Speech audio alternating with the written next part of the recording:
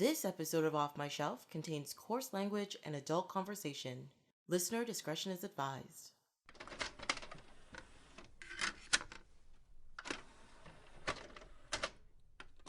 Hello, my name is Tracy James and welcome to Off My Shelf, a podcast about movies that are, well, off my shelf, where we go through the DVDs and talk about the movies in my collection.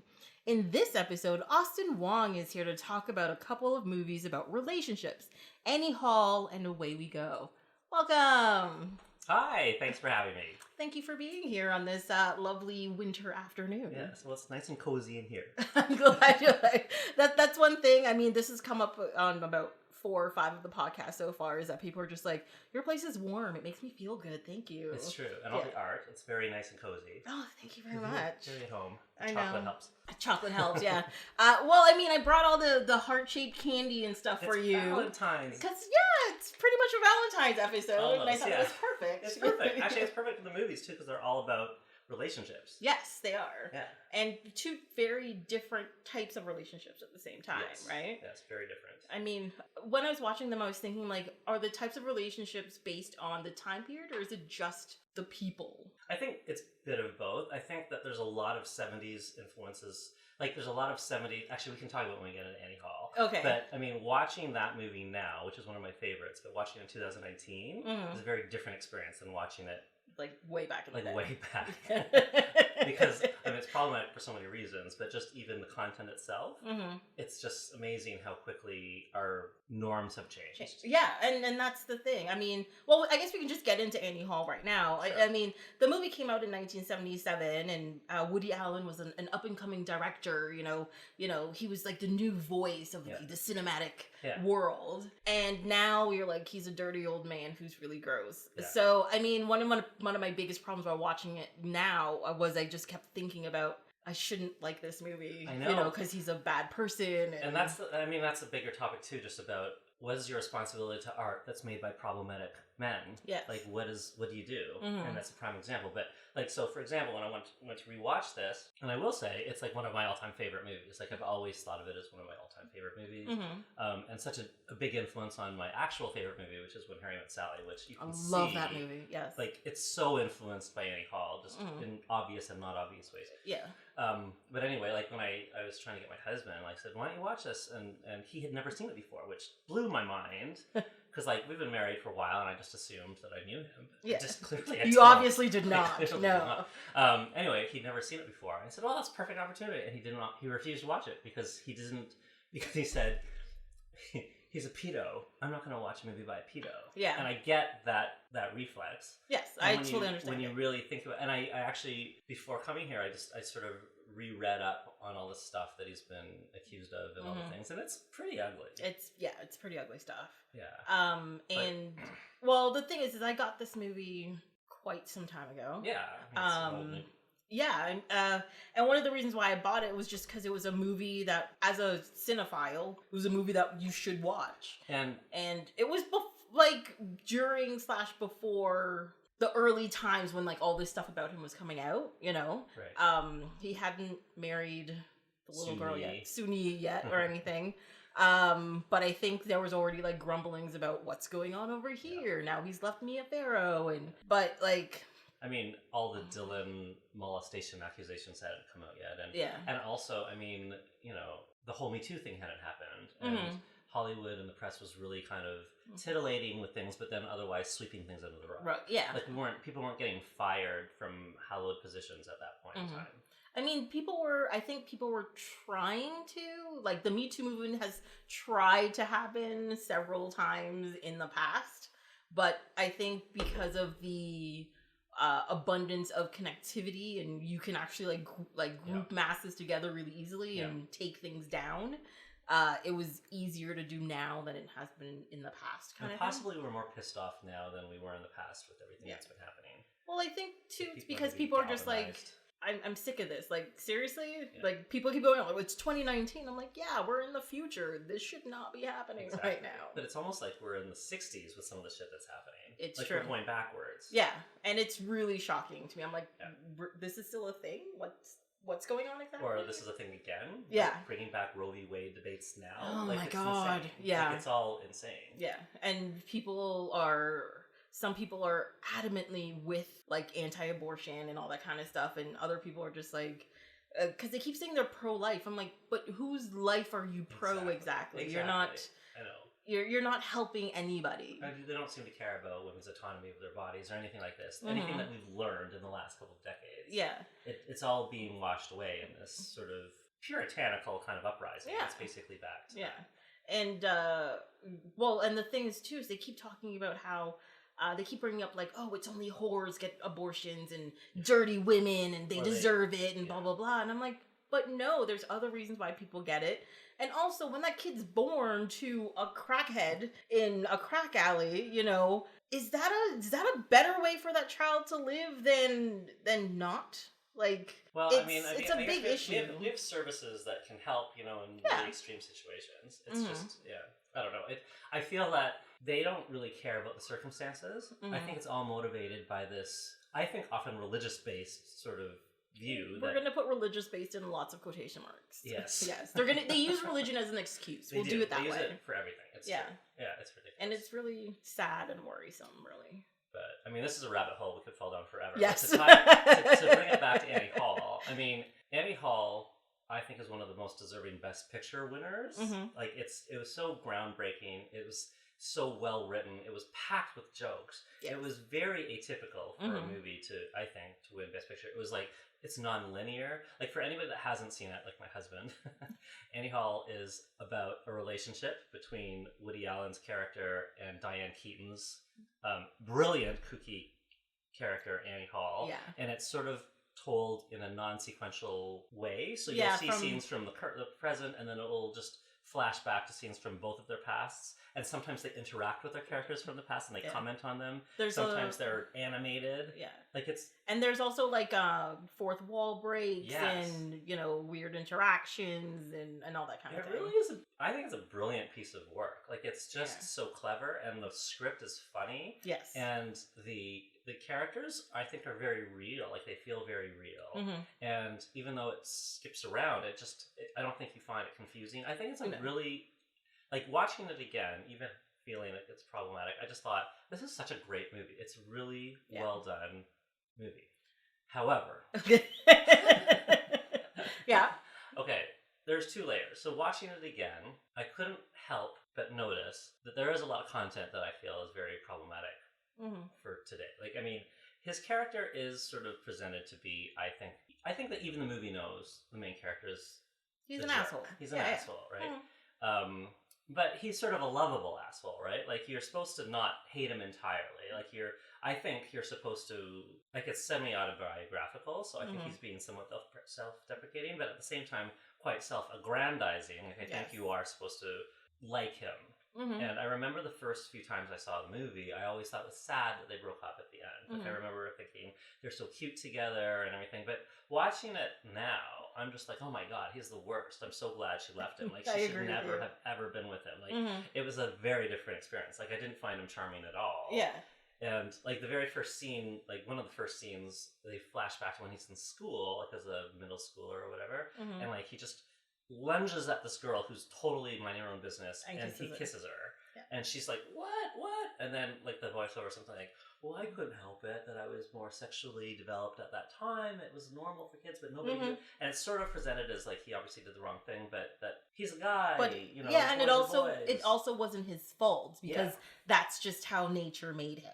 And people didn't understand him, and it was almost more like, from an early age, he was chastised for something that's perfectly natural. Yeah, and he's making excuses for himself. Yes. And it's hard to watch that scene now and not see just, that's totally male toxicity or whatever, where you think you have the right to do something because you want to do it. And a girl should be willing to let you kiss her just because you want to do it. Yeah.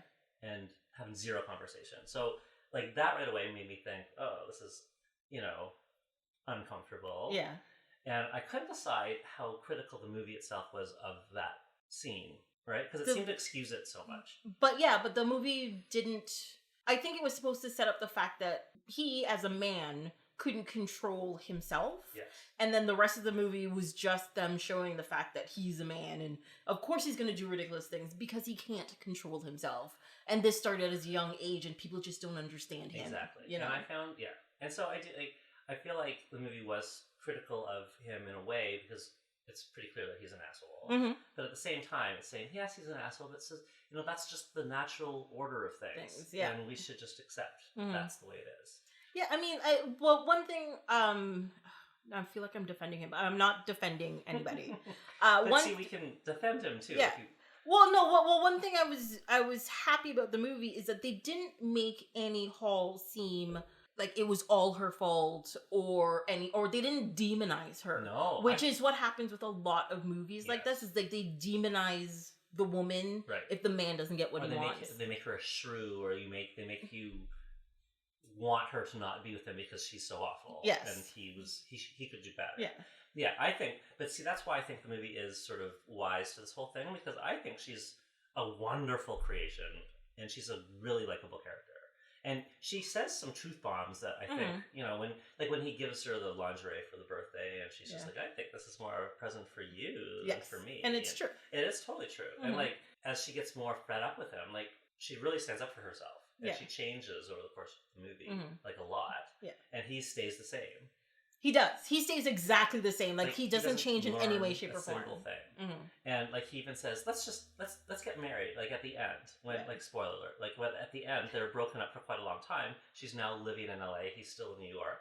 She's dating someone new, and he goes impulsively to visit her. Yeah. And they meet, and he just decides to say, get married, because he's lonely. Yeah. It's so ridiculous. It is. And she treats it as ridiculous, which is good. Well, because it's one of those things where when you can't have something that you want, you go overboard to try to get it. You know what I mean? Yeah. And that's what he was doing. And he feels entitled that he should be able to get it. Yeah. He's like, you are mine. You were once mine, so you can be mine again. Let's do this. But the movie also paints it that he is somehow able to get all of these women. Like, women just throw themselves at it. Which is shocking to me. Beautiful women, right? And I guess it helps the plot believability that it's based on him, and he probably did have some success because he was famous. And in the movie, they kind of make it that his character is a famous comic that's on Johnny Carson and recognized on the street.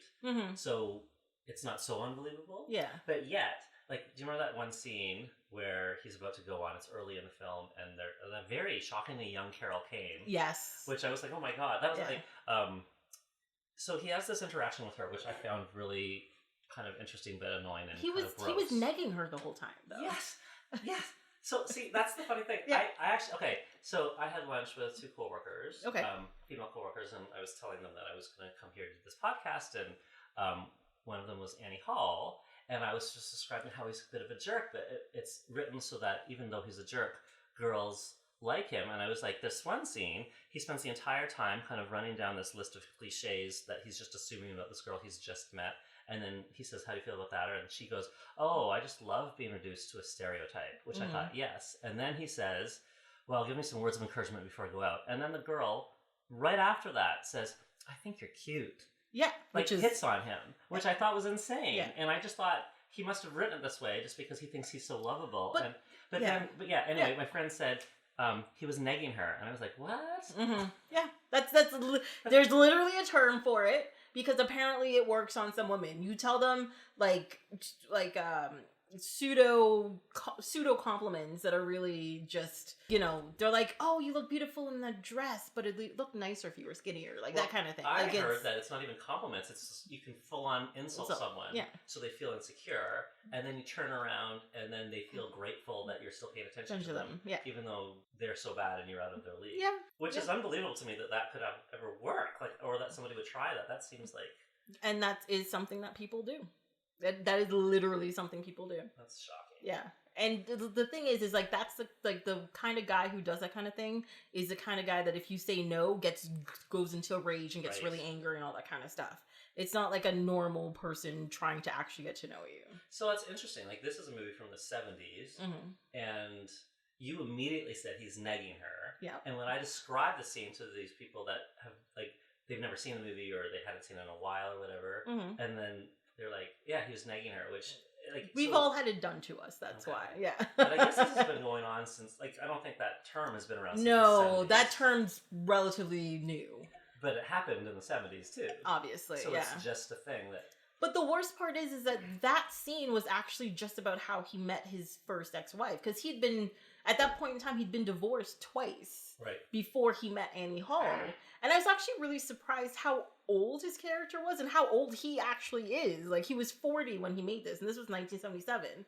I didn't realize how old Woody Allen was. I was, I didn't think he was young, but... No, it's because he's always looked the same. Yes, that is very true. Like, even when he was 40 and, like, however old he is now, he basically looks the same. Exactly. Because he looked old. I think he looked older than 40 in that movie. Well, that's the thing. I actually physically looked it up because I'm like...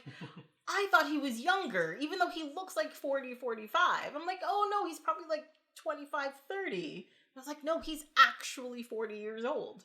It was a shock to me. It was a very big shock to me. It is, but I mean, he's always been able to get younger women, and he's all the women in his movies are always quite young, or always attractive. And it's sort of a male fantasy that he can just be this nebbishy guy, super selfish. But it doesn't matter. Women are throwing themselves at him all the time. I just watched the movie. Okay, so I did like this movie. Okay, don't get me wrong. I was very mad at myself that I liked this movie when it was done. Because I remember when I first got this movie, I was probably the first time I saw this was maybe when I was like 18, between 18 and 20. I hated it. Like, I really hated it. I'm like, what is this bullshit that I have just watched? And I think it was because that same reason is I hated his character in the movie. And I was just like, ugh. Then I watched it this time. I'm like, I'm not looking forward to watching this. I'm going to put this in. I'm going to be bored out of my fucking mind. Oh my God. And then I sat there and watched it and I was just like, shit, I like this movie. I was very upset with myself. I think you can forgive yourself. I can forgive myself. But at the same time, it's like, I spent the whole movie going, why are these women throwing themselves at him? Yeah. Like, it just made no sense. Because yes, he was intelligent and yes, he was... kind of charming in a way, but... Charming is a very strong word, though. Yeah, maybe not charming. Yeah, like he was... To me, he seemed like... Whiny. Harmless. Like, whiny, but harmless. Yeah, I like, that's what it is. Like, it's a person you're comfortable being around, but you're not in any way interested in. Like, that's what he seemed like to me. But that's why I feel... I mean, and I don't want to just... maybe I shouldn't say it, but I mean... It's true. Like, he's not much to look at. And he wasn't charismatic in that way. Like, he was so neurotic. Like, that was his big thing. Yeah. To the point of, like, he was just so whiny. Yeah. Like, it's hard to see what's attractive about him. But then the movie makes a point of, like, grown men running up to him on the street to ask for his autograph. He's invited to parties that are this, and he's wealthy. So, I mean, not that these women, like... They're clearly not portrayed as gold diggers at all. Like, they're all smart No, they're women. not, yeah. But, I mean, I think that the trappings overall of his character kind of redeems some of the things that otherwise would mean, why would they be interested in him? Because, like, he is an interesting person just by virtue of the fact of what he does, and he has a lot of opinions and everything like that. And he's successful, so it makes it less hard to believe that they would be interested in him. Yeah. But at the same time, it does sort of beg your belief that they're all throwing themselves at him because he's just so annoying. Yeah. He doesn't even have very many. Yeah. I found, like, that's the thing. Like, I found him... It's not that I think you have to be, like, an Adonis for people to be attracted to you. That's not what I'm saying. No, but not even physically, but personality-wise, he was just so mean to them. He was mean. He was annoying. Yeah. He's overly neurotic. And he's twitchy. He's twitchy. It was driving me crazy. One of the things that I think the movie was showing how awful person he was, but they played it for a joke and everything, was like they want to go see this movie at the very beginning, and then because they're just 1 minute late, he refuses to go. 2 minutes late. 2 minutes. You're right. And they go see a 4-hour documentary about Nazis. Okay, yeah. Again, they saw it 3 times in the and then that time that she has the opportunity to meet up with Paul Simon and go to a party with Jack and Angelina. Yeah. They end up seeing that movie again. Yeah. Like, because he doesn't care about what she wants at all. No, not at all. Because it's all about him and his needs, and they have to bend to what he wants and to make him happy. Well, to the point when she says, "Oh, I missed my therapy appointment," he goes, "Oh, that seems like an assault on me. I mean, you're working on your sexual problem, so even her therapy is about how it benefits him." Yeah. So, I mean, those are clearly showing that he's a bad person. Yeah, I think so. When you make everything about a person's life about yourself, then you're doing it wrong. So in that way, I almost feel like it kind of saves the movie a little bit, because it's not presenting him as someone to hold to in high regard. No, yeah. Right? Like, I mean, those are pretty obvious tells that the movie knows this person is a jerk. Well, I think that comes across quite a few times. I mean, like even the part in like when they're waiting to see another movie and they're standing in line and there's that other guy that's standing behind him talking about the movie and he's getting angry and they break the fourth wall. Yeah, and so that's a great scene. That is an awesome scene. So don't get me wrong. And I think it's fantastic. And I also wish I could pull in directors and writers and stuff to prove other people wrong. It would make the closest thing I have to that is Google. Right. Thank you, Google. Yeah. But I do really wish I could do that. It's fantastic. But at the same time, it's the fact that instead of just you're allowed to be mad at a person who's loudly pontificating like ridiculous minutia about something. Fine, right? But then he has to go out of his way to push his own mentally, but still push his own view on that person because what that person is saying is wrong, even though it's completely subjective. Yeah. You know, it's not like 2 times 2 is 5. It was, how do you interpret this writing or this film? And he's like, no, you have to be wrong because of all of these things. And the thing is that the fourth wall break only emphasizes what he believes, but I guess that's because it's in his head. That's right. You know, but it also shows that he can't let it go. Like she said, he can't let it go. Like she just doesn't listen to him then, but he can't. He obsesses. Like he's just he can't stand that someone thinks they're right when he knows he's right. Yes, even when it has nothing to do with it. Even though it has nothing to do. So I mean, I don't. It is a problem in terms of just he's such a bad character, but I mean. I feel the movie still survives on its own because it shows that Annie Hall goes from being this super sweet but neurotic in her own way and insecure person. Like at the tennis club, she's just so, can you be right? No, I have a car. And he's even mean to her then in a way. Yeah. Why would you say that you want to ride when you have a car? Like, why would you ask such a pointed question to embarrass her? Yeah, because she's clearly like trying to pick you up or, trying to be... all nonchalant about it, but of course it's backfiring, and then you have to like emphasize, like put a spotlight on these are all the things you're doing wrong. Exactly. By the way. Just highlighting and rubbing it in, even though you're going to take a ride from her. Anyways, yes, she's a horrible driver, I must agree. It's true. That's really funny. It'd be fun to see that scene in 3D. You're the passenger in the car, and you're just like, oh my god, I'm gonna die. And all the action. But I mean, it really does set up their relationship, which in a way, now just thinking about it now, like, in a way that's almost negging her too, because it's their first real conversation, and he consistently just points out all the things she's saying that are stupid. Yeah. But what was funny about it to me is that she was already nervous about it and was already, like, attracted to him enough to try to ask him out, but I'm like, he hasn't done anything to warrant that. And that's just the script writing, right? Yeah. Because he wrote the script. Of course. So he's going to make it so that they're enamored with him. Yeah, yes. And that's always the case. But he does allude to that a little bit at the end when his character writes the first play and he rewrites the dialogue between them. Which was kind of meta because that's sort of how the whole movie is. Yeah.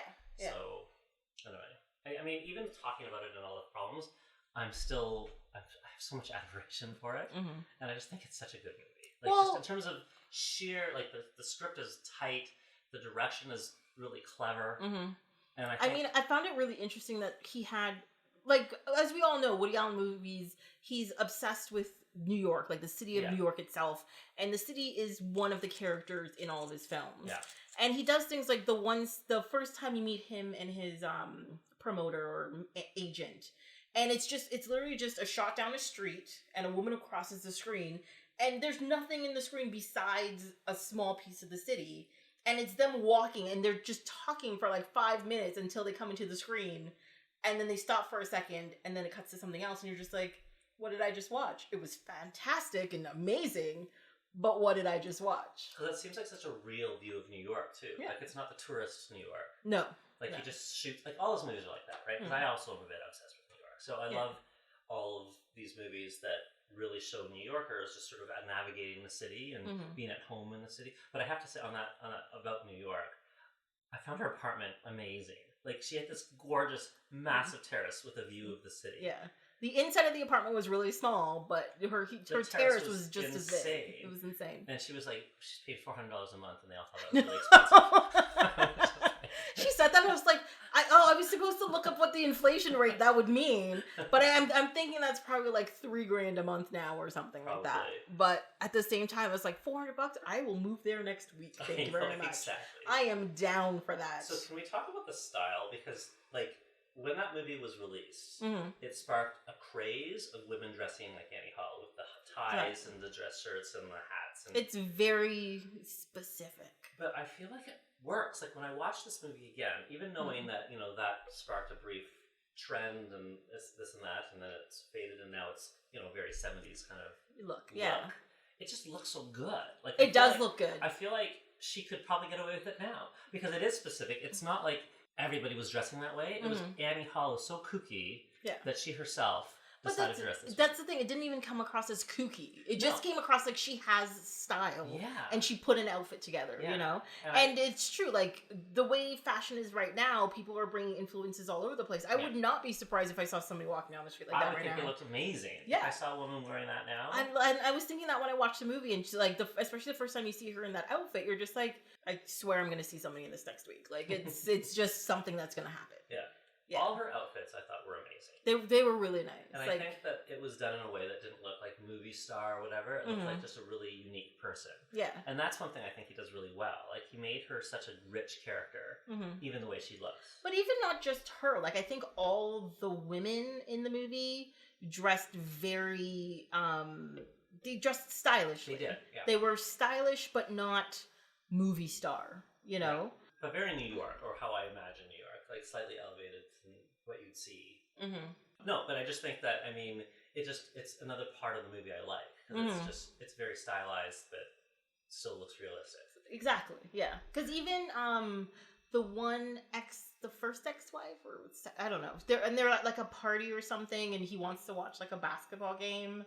And which is so it's so him.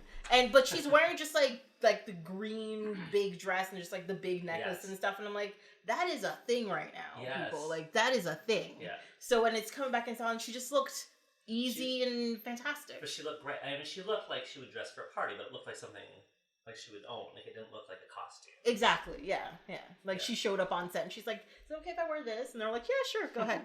You know. Which, incidentally, I mean, this is a different movie we're talking about, but I watched A Star Is Born, the Barbra Streisand movie, and at the end the credits were wardrobe from Ms. Streisand's closet. That was the credit. Really? So it was all her own clothes. I didn't know that. Yeah. Anyway, that's a side note. It's okay.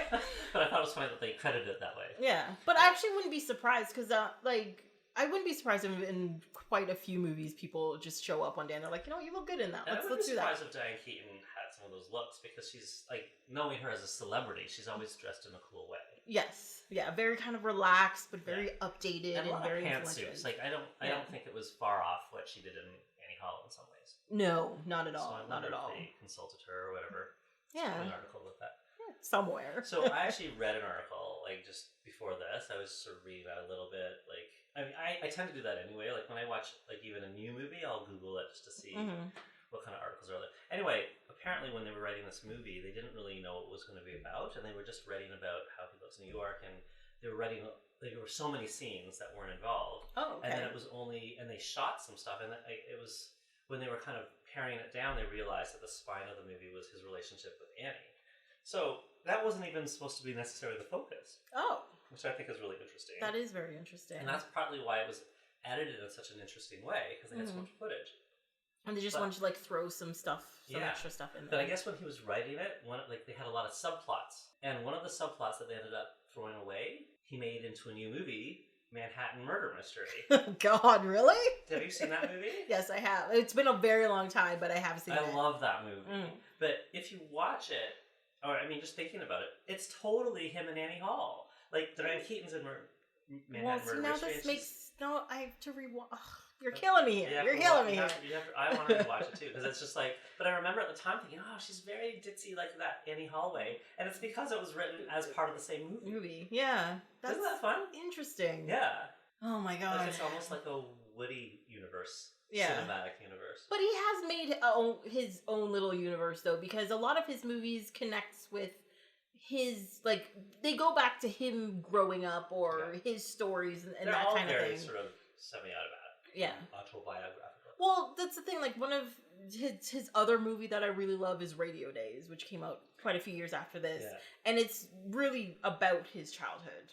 That's what it's about, and like, I watched that movie, and I just, except for the fact that he does the voiceover, he's not in it, right, and that makes it so much better. But I do love the movie, and it makes me angry that I can't give up that movie. That's one movie I can't give up. Well, I can't give up Annie Hall. Yeah. I just think, and it's funny too, just like, so I think one of my all-time favorite movies, if not, I think it is my favorite movie, is When Harry Met Sally.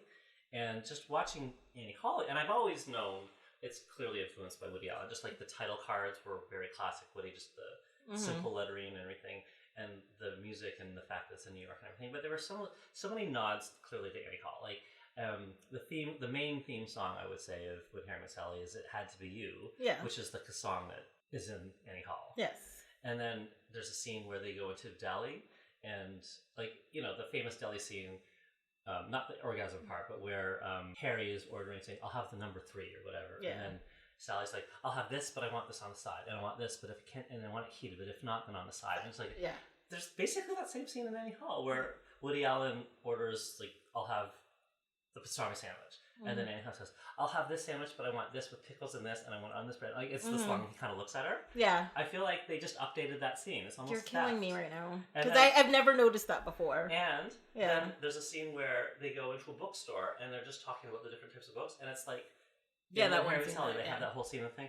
And then, another famous scene when Harry Met Sally is that split screen where after they have sex, and then Harry and Sally are both each on the phone with friends, their respective best friends, and they're having a simultaneous conversation, and you can see both of them on split screen. Yeah, they do the same thing in Annie Hall, where they're both in therapy and they're talking simultaneously about what's happening. Like, it's so clear. I mean, it's like, now that you put it that way, yes, it is very clear. And just the long-standing overtime relationship of two New Yorkers. Yeah, because I think in When Harry Met Sally, it's like 15 years or something. Yeah. I still like When Harry Met Sally better. Me too. I mean, it's also more of a crowd pleaser because it's happy ending. I mean, but that's the thing. It's like, even if it wasn't a happy ending, I think I'd still like that movie more. Because I don't think the happy ending is the thing that makes me like that movie. I agree. Yeah. I like it because I think that the writing is so amazing. The writing is so good. I can quote that whole movie for you. Don't get me started. I know, I truly love that movie. Yeah, I really do. A little darker. But you know what? The ending of Annie Hall, I would say, for me now, is a happy ending because it looks like Annie Hall has become such a strong woman. Yes. And she's very confident. She's learned from her past. She's good. And she's happy, and she walks off super confidently, and Woody Allen's character is just kind of left there. Yeah, because he doesn't want to change, doesn't want to improve. And I kind of like that it's not a great ending for him. I agree with you. I totally agree with you. It's interesting in the line of New York movies just because it is a classic. And I mean, can we still enjoy it in light of what we know? Like, it's hard. Like, because, like, I don't think new people will enjoy it. Like, people who haven't watched it, like your husband, they're going to be like, no, he's a pedophile, he's a this, he's a that. And we'll find scenes like that scene with Carol Kane will turn him off entirely. Yeah, definitely. Like, all these scenes will make him think this is a horrible person. And they will not be able to enjoy it. But as a person who saw it before this and you already had a connection to it, well, unfortunately, that connection doesn't go away that easily. Yeah. But, I mean, you're not out there, throwing money at, like, a whole bunch of other stuff by him, or you're not encouraging his behavior. Right. So, I guess that's a good thing. Yeah. It's too bad. And I mean, one of his other movies, Manhattan, I think it's Manhattan, where he's actually seducing Mariel Hemingway, who's a teenager. Yeah. That is very problematic. Yeah. Well, no, even in this movie, they make reference to when they're in LA, and remember he gets thrown in jail? Right. Because of the car accident. Yeah. And then his agent comes out and bails him out, and he's all upset, and he's like, why? It's because he pulled him away with a possible threesome with 16-year-olds, and I was like, that's offensive. I don't remember hearing that. He said, yeah, it was right at the end of the, because I rewound it. I was just like, excuse me? I was like, he could have said 60-year-olds. No, it's 16-year-olds. Yeah, and I was just like, that's so gross. It's clearly an interest of his. He's disgusting. Yeah. I mean, I actually read about yeah, like I was saying, like reading about what had happened and everything. So technically, Suni wasn't his adopted daughter because she was adopted by Mio Farrow, and her husband at the time, Andre Previn or whatever his name is. Really, I thought she was adopted when they were together. No, she was adopted before. Oh, that doesn't matter anyways. Yes, but go ahead. But when they got together in '92 or something, that's when they adopted Dylan, and he did adopt Dylan. But at that time, at that time, I think Sui would have been 10 or something. Yeah, and he met her when she was 8. So his argument is like they famously never lived together. They lived across the park in their own houses. Okay.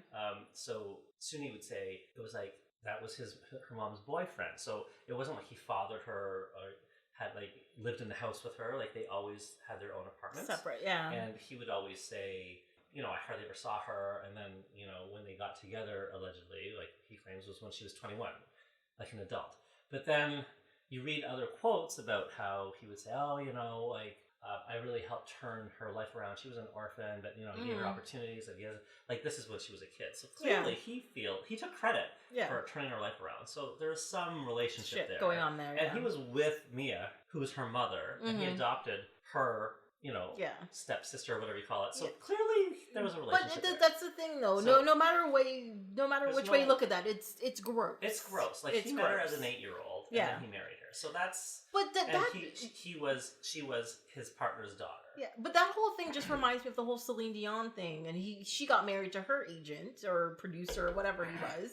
He died, but you're not supposed to say bad things about the dead. Happy though, like she. Really but they met each other when she was 12. Oh really? 12. Yes. Like when I found that, I was just like, oh my god. But then there's like.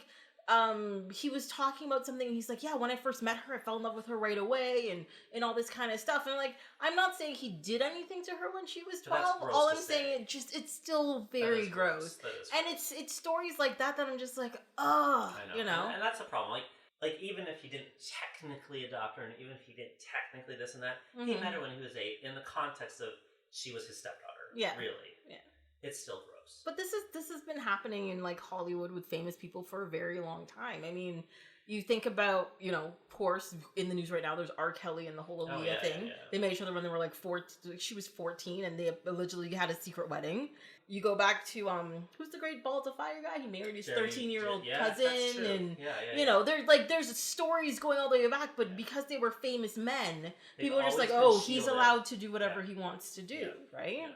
So, I mean, it's not a new thing. It's a thing that really needs to stop, but it seems like it's in the process of, like, this is the most effective movement I've ever seen in terms of bringing down powerful men. Yes. Like Weinstein and Kevin Spacey. And, like, I mean, I can't think of another time where people that powerful were brought down by this stuff.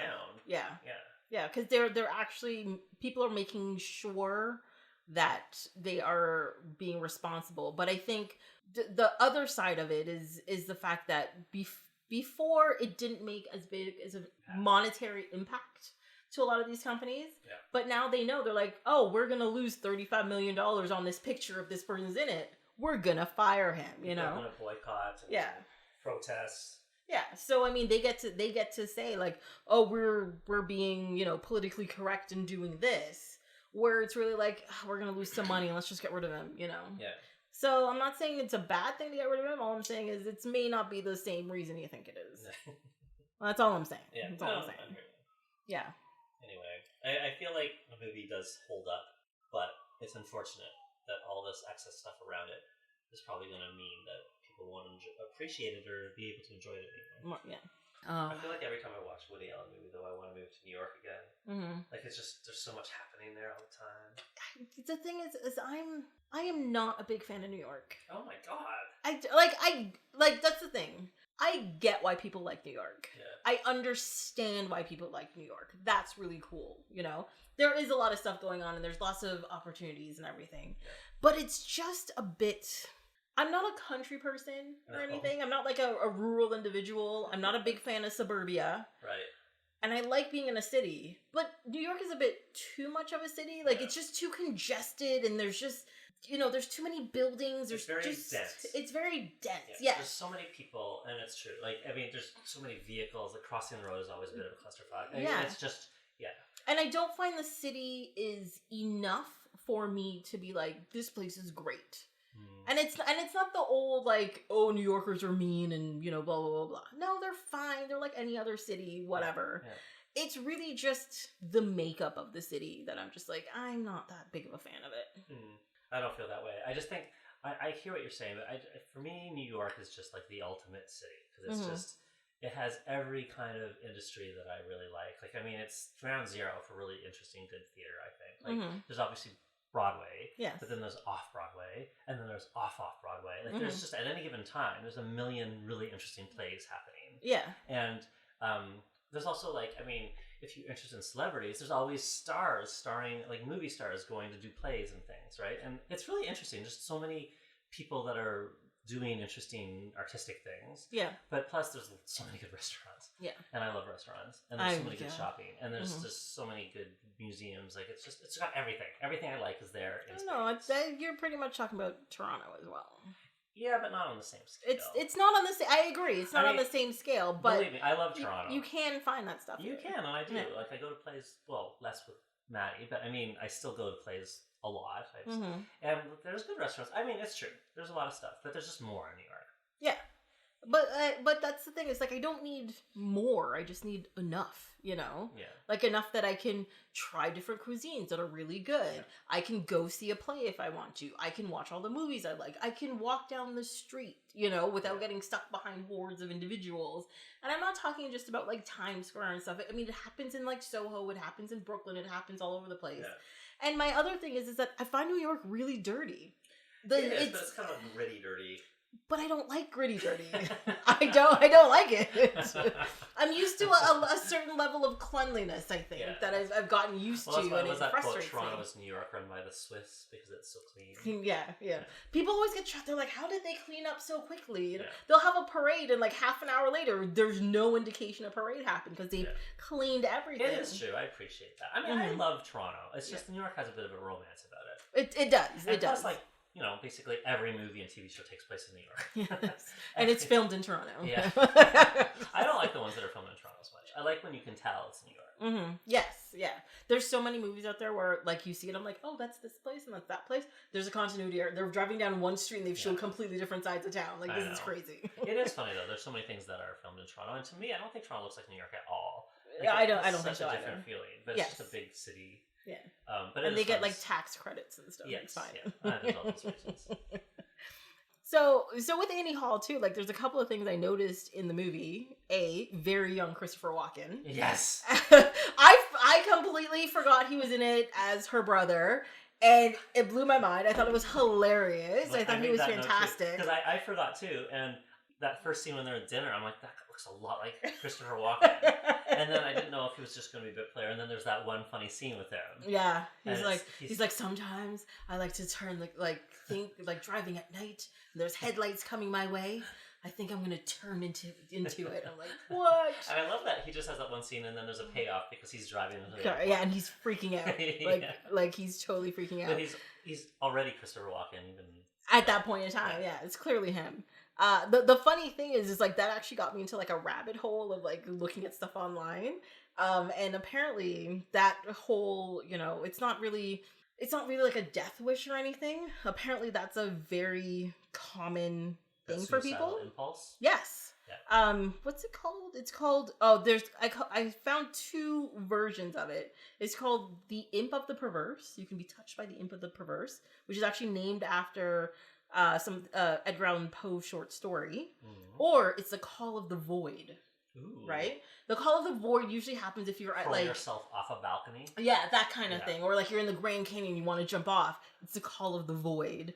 Whereas the Imp of the Verse is the like turning into traffic or like stepping in front of a bus or that kind of thing. It's interesting that's it. Because I've met a couple of people that said, oh, I can't be on a balcony. I'm like, why? And it's like, because I always want to throw myself off the balcony. Yeah, no. And it's just like, you're not going to do that. Well, apparently, like, I didn't realize this, but apparently there's been several studies done like in different places in the world and stuff.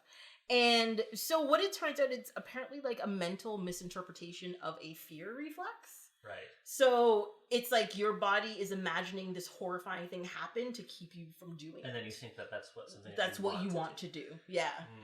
So I found that super interesting when I found that out. I mean, I felt like I sometimes don't want to go too close to the railing of the Grand Canyon, say, or something like that, in case you slip and I fall over. But then I think, but then there's that thing, I could so easily kill myself if I just went over this railing. Yeah. I would die. Yeah, and you'd be like, that's it. That's just thought about that would happen. Like if I took this one step to the left, I could just be in traffic and it'd be fine. Yeah, exactly. And that would be it. Exactly. Yeah, it's a weird thing. It's a very, very weird thing. And I read like.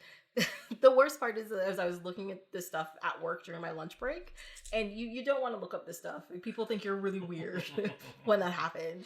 Because then the next thing I looked up was the fact that Woody Allen's character is obsessed with death, right? And I was trying to find out, I'm like, well, what do you call that obsession with death? Technically, by the original construction of the word, it is necrophilia. Oh. But necrophilia has that sexual connotation. Yeah. So there's the other version with is sanatophobia, which doesn't have, it's not the sexual connotation of, but it's an obsession with death and stuff like that. And I was like, that's crazy. That is crazy. Yeah. But that's why, that scene with Christopher Walken, though, I didn't like the way Woody Allen's character responded. Like, he tells him this thing, he goes, okay, I'm just gonna go now. Yeah. Like, as if he's like this crazy Looney Tune. But I guess it's in keeping with his character being a jerk. Well, yeah, it's something that he thought was weird and something that he thought... But it doesn't make sense because he's so obsessed with death. You'd think he'd find that kind of fascinating. Or interesting. Like, he'd want to, like, talk to him a little bit more about it. And he'd be like, what? He just leaves. But I think his obsession with death is also a fear of death at the same time, right? Because, like, his creepy, twitchy neuroses... is really all about himself and preserving himself. Yes. But he's coming across as like, I'm so deep and all this kind of stuff, and that death thing is part of it. Well, I'm glad that the movie doesn't end with him finding somebody else. Yes, he's just left there alone on the street. He's just left there alone. Yeah. And you think maybe he'll learn something from this, but probably not. Probably not at all. Yes. And also, did you get the 2 seconds of Jeff Goldblum in there? Yes. Okay. Yeah. I actually wrote that down too, because it was like, he says, I forgot my mantra. Yes. I have exactly the same note. That's his whole line. One of the pleasures of watching this movie is like, there are so many cameos. Like, Carol Kane was funny, and Jeff Goldblum was a funny thing, Christopher Walken, but also just like Paul Simon. Simon showed up, I couldn't figure out. Because I saw him, I'm like, is that Paul Simon? And I'm like, oh my god, it's Paul Simon. It's so funny. Like, it was like packed with all these people. Yeah, and just they became famous in these like nonchalant little roles, and there you go, right? Okay, so this is another note I had, which was I thought it was interesting that in that split scene where they're talking about their therapy, and he's like, we hardly ever have sex, and she goes, oh, we think we have sex all the time. We have sex too much, and it's like 3 times a week. Yeah. So just like the difference, like he wants how they feel about it, yeah. But then it was disturbing. She goes, well, I feel like I should just give it to him, like he's paying for my therapy. I should just do it. I should just give it to him. And I thought, that's awful. Yeah. That whole obligation sex because he's paying for something. Yeah. I think that's terrible. But I also think that's something that a lot of people do and are part of. Like, they keep doing something just because they think they're obligated to do it. It's not... And I feel like, but that's why it's nice that she gets out of that and she grows as a character. Yeah, she's like, there's no obligation here. It's my body. I can do what I want, and that's it. But I feel like today, I don't think you'd have a character that says that out loud. Not out loud, no, definitely not. Like, if somebody were to say that today in a movie, well, he's paying for my therapy. I guess I should have sex with him, even though I really don't want to. Because she says, I feel like I would do it would make him happy, but it would be letting myself down. That's like the most articulate way of saying, it's like she doesn't want to do it, and like, but she's just doing it because she feels obligated. Yeah. If you had a character saying that in 2019, I think people would be like... But that's like the scene that happens right after that. It's like, remember, they're in bed together and they're starting to get it on, and she literally leaves her body, and she's sitting over here, sitting on the chair, reading an article. Right. And he's like, what's going on? She's like, it's fine. Just, what did she say? So she was like, ignore me over there, like my body is here or something. Here. Yeah. That was an interesting way to put that scene. Yeah. It was so visual. Well, yeah, because when people are doing something they don't want to do, they kind of dissociate. They leave themselves, and that was properly represented. Don't you think, though, that's such a genius movie, though, that it can just do that? Yeah. And that the language of the film, they've done so many things that it doesn't seem that jarring. Yeah. Well, and the subtitle scene. Oh, yeah. It's like what they're actually thinking compared to what's actually being said. I completely agree with that, because I was just like... At that point in time, too, he says at some point in time, I should stop because I sound like I'm on FM radio. And I was thinking to myself, if like a teenager now saw that, they'd never know what that meant. That's true. But I'd have to be like, it's like NPR. Like, oh, okay. But it's also at this point, it's truly a period piece. It is, yes. Like, you can watch it now, and it's like a movie about dating in the 70s. Mm-hmm. And that's literally what it is. So, I mean, it is literally that, but I mean, it holds up. It does hold up. Because there's a lot of truth being said within it. And there's some, like, the other thing I made a note that I thought was really funny was, so they're arguing, and he says something, it's just so ridiculous, it's just mental masturbation. And then she goes, well, that's something you know a lot about. And then he goes, what's wrong with masturbation? It's sex with somebody I love. Yeah. That's genius. It's genius. It's true. It's so funny. Like, zing, zing, zing. It's so good. Actually, when he said that, I'm like, oh, that's where this quote is from. Yeah. Gotcha. Yeah. Yeah. The other quote I really liked is, intellectuals prove that you can be absolutely brilliant and have no idea what is going on. Yes. That is my other thing that's the other quote that I really, really liked. That is really funny. Because it's true. I mean, you can have people who have 35 PhDs and, have traveled the world and all these kind of things, and they're morons. 100%. They're absolute morons. You're just like, are you kidding? Yeah. It's absolutely crazy. The last note I had about, that was another proof, is like every time Annie Hall was in a bad mood or wasn't agreeing with him, he'd say, you must be having your period. That got me so angry. I know. It's so awful. And the worst part is the first time he does that is right at the beginning of the movie. I'm just like, are you kidding me? I know. Yeah. Yeah. Because it has to be that. You can't be upset because you're a complete tool. Exactly. It has to be this one thing. Like, he just encapsulates everything we now know. It's just ridiculous toxic masculinity to blame women for everything and not... Like, it's just so ridiculous. It is. But I feel like whereas that was probably played as a joke, I think people would be enraged by that now. By that now. Oh, for sure. Sure. It just doesn't play the same. Or within the movie, it would be heavily called out. Yes. Instead of just like, no, I'm not on my period, and we just go on with the day. Yeah, you're right. It would be a lot of like, oh my God, what is wrong? Did you hear what he just said? And it'd be like a whole... huge thing. It'd be interesting if you could update. Well, in a way, When Harry Met Sally is like an update of this, but with a different set of characters, but it's sort of similar themes. Mm-hmm. Yeah, because it's true. Like, Billy Crystal, he's not a nice person, and he's also kind of a schleppy-looking person that apparently gets so much attention from women. Women are throwing themselves at him. When you meet his ex-wife, you're just like, oh my God, she's beautiful. And even that thing, I gave this woman a meter meow and like all that stuff, right? Yes. Oh my God, yeah. I do love that movie though. That's one movie I can't not love. I love that movie. I love that movie so much. Well, speaking of, so we have dysfunctional relationship on this side. Mm-hmm. And then we have a relationship that works on the other side with The Way We Go. Right. And I love it. It's actually, their relationship is love it. So I just want to summarize, because so Away We Go is a movie about a hipster couple, John Krasinski and Maya Rudolph. Yes. Super hipster, oh my God. Yes, they are.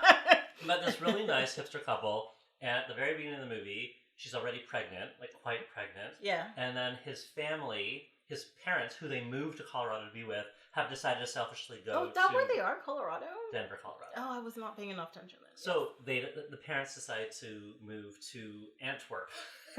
Yeah. A month before the baby's born. And so the whole movie is just John and Maya trying to find somewhere to live. Yeah. Decide on a city to live. Yes. And visiting different cities. Yeah.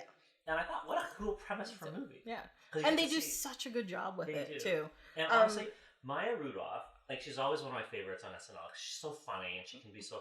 But in this movie, she's so good, she's so different, and she seems really quiet and thoughtful. Yeah. And you believe her. Well, that's the thing, like, because I think that's one reason why I like this movie as well, is Maya Rudolph usually is somewhat ridiculous and outlandish. Yeah. Like, she's always funny, but in this, like, outlandish and big way. Yeah. Because even in, like... she's always larger than life. She's always larger than life, exactly. But in this, she just seems so different. Like, she really can be something else. Like, she really can act. Yeah. You know, and she does a good job. And hold the screen. Just being very quiet. And she seems very sad, but you can also see that there's so many different emotions happening. Yeah. And I've never loved John Krasinski more. Yeah. Like, he's so sweet in it. He's so good in this, yeah. And so appealing. He's lovely. Like, and the thing is, it's the two of them, just the two characters together, you understand their relationship. Yes. And that's one of the things I find amazing about it, because a lot of movies, you don't understand the two, like why are these two people together? Except that they're both cast, they're good looking. Yeah. And the movie, but yeah, you're right. But yeah, this movie is like, they put them together, the way the characters are, the way they interact, the way they move around, you know, their belief system, all that kind of stuff, match in a specific way. They have chemistry, and they really look like not that they're just hot for each other, they look like they like each other. And they're comfortable with one another. And they could have a day-to-day relationship. Yeah, it's not just like they were having sex and she got knocked up, so now we have to do a thing. It was, you know, they love each other. They get along with each other. Sure, they have sex. She got pregnant. She doesn't want to get married because she doesn't want a wedding without her parents being there. Yeah. There's a little hang up there, which I feel sorry for him for, but I also... Well, I don't think weddings are necessary. I feel increasingly...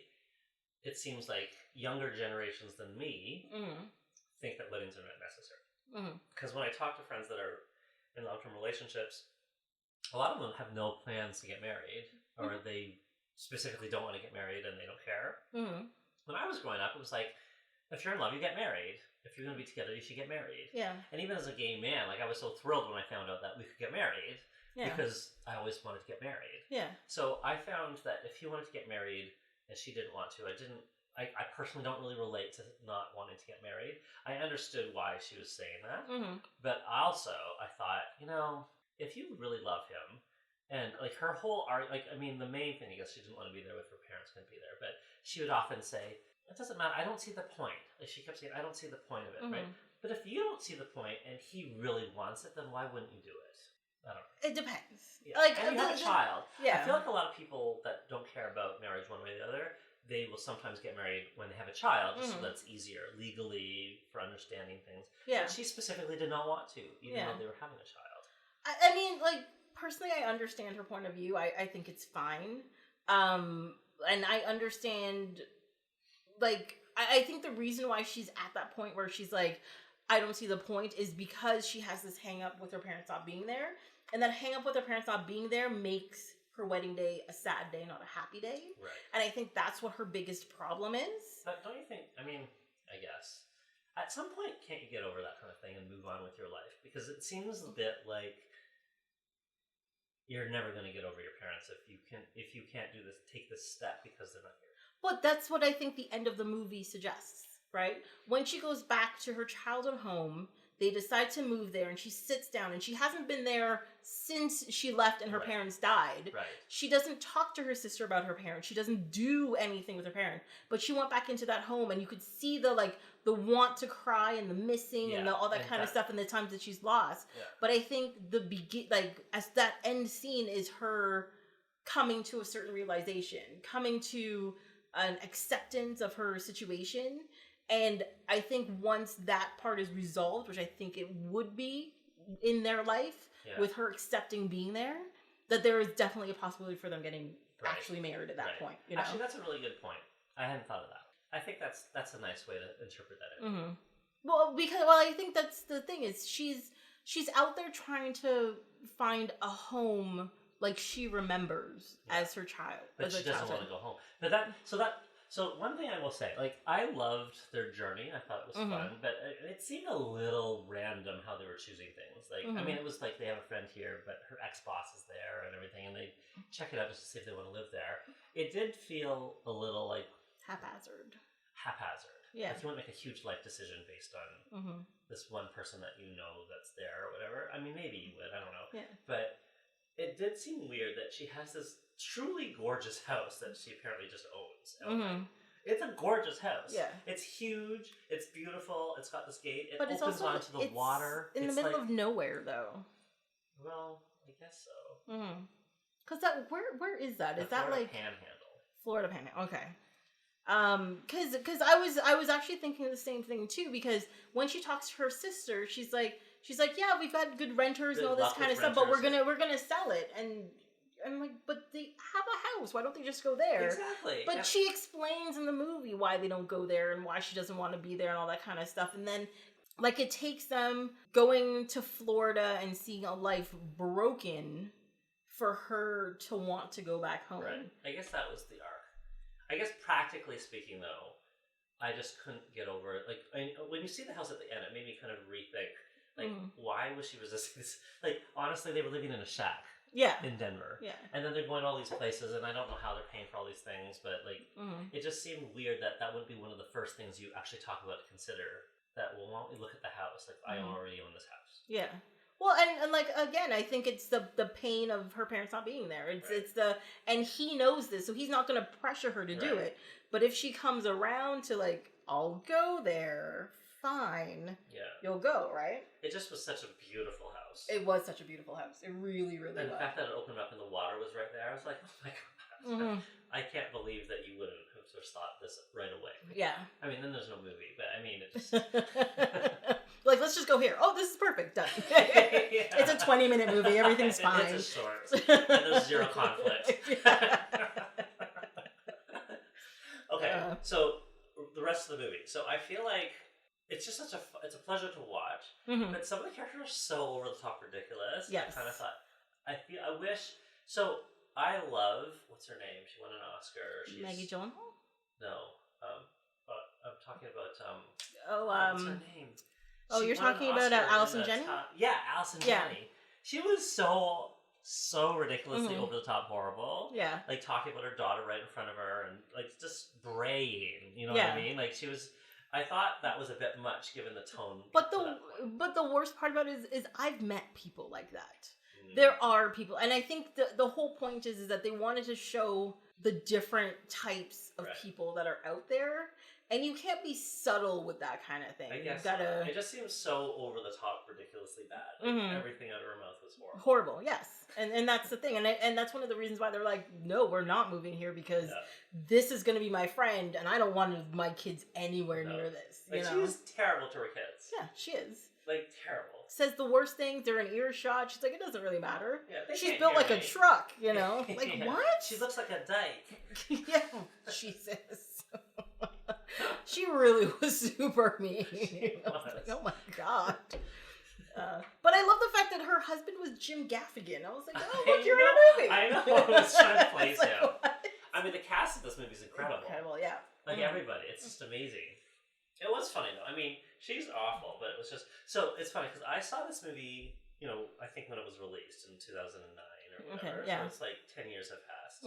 So, it was interesting for me to watch it now that I'm a parent. Yeah. Like, when I watched it the first time, I just thought it was funny. And now I'm watching it, I'm like, totally... You totally get all of it. I'm totally getting everything. And I'm like, oh my god, that's a terrible person. You can't be around that person. Yeah. And, like, because I feel like this movie was really about parenting. Well, that's the thing. She gets parenting advice in every city. Yeah. And none of the things fit what she believes a family or a parent should be. Yeah. Because especially when she goes to, like, Maggie Gyllenhaal, you know, who's the worst person, insufferable. Because I find... So, on a side note, I have met people who are really into nature and kind of hippies and crystals and you know, connectivity and all this kind of stuff, and they meditate and they do yoga and all this kind of stuff, and they're just like, oh, I'm one with nature and I'm gonna be one with people, and they're supposed to be the cool and calm and relaxed people, but they're all like her. They're closed-minded. They go from open-minded people, but they're most closed-minded. Yeah, and they go from 1 to 100 in a millisecond and all this kind of stuff, and you're just like, what is wrong with you? Like, and it's just But they're judgy too.